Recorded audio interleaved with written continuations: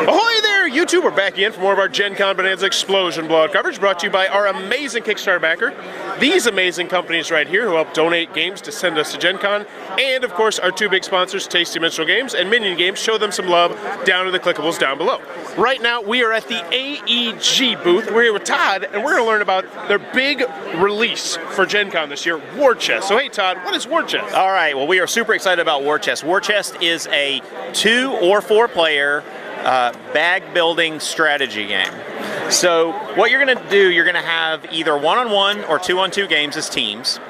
You draft or deal, however you prefer, 4 different units to each player. So every game you're going to have a different squad in your army. You then take 2 of each coin from that army, put it into your bag, and that begins the game. The rest that are left over, as you can see, they are called your reserve. You'll be recruiting them throughout the game to change what's in the bag. When you draw coins, you have different things you can do with them. So like for face down coins, we'll let you, if you just discard a coin face down, you get to draw something from your pile to recruit to your bag, to continue to grow your army. If you play them face up, you can put them onto the board, like deploying them to try to take over spaces on the board, or you can move them around the board, attack enemy units, things like that.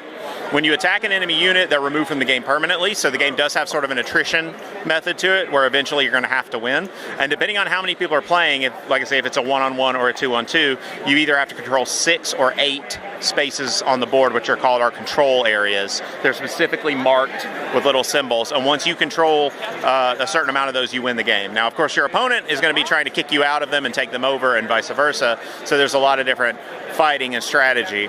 And each unit has special things it can do that are different from every other unit, so depending on the mix of 4 that you get, you're going to have a completely different game than others. So for instance, as you can see here on the ones he's zooming in on, normally when you deploy a unit, you have to deploy it on an area you control, like they're leaving that city, but the scout, which is right there, he can deploy next to any of your friendly units anywhere on the board.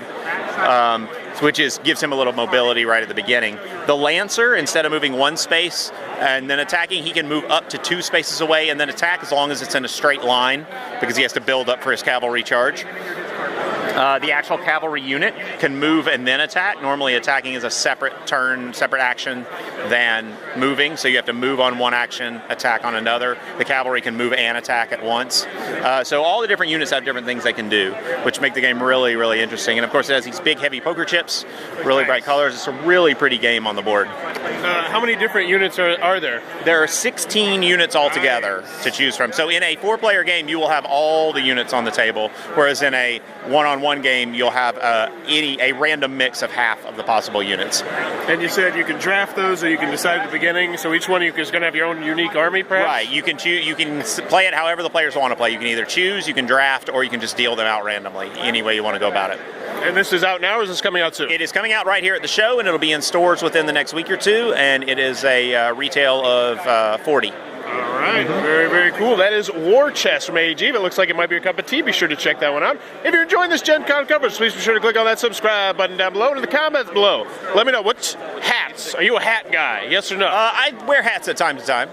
Yeah, I don't. I have to special order them because my head is so fat. Like, it doesn't look like it. Like, if the occasion calls for it, I'll wear a hat. But. See, I can't. Like, I get the hats and I have to like put them to the last class. I hate hats. I hate hats so much. Let me know in the comments below. Are you a hat guy or hat gal? And as always, thanks for your time, YouTube.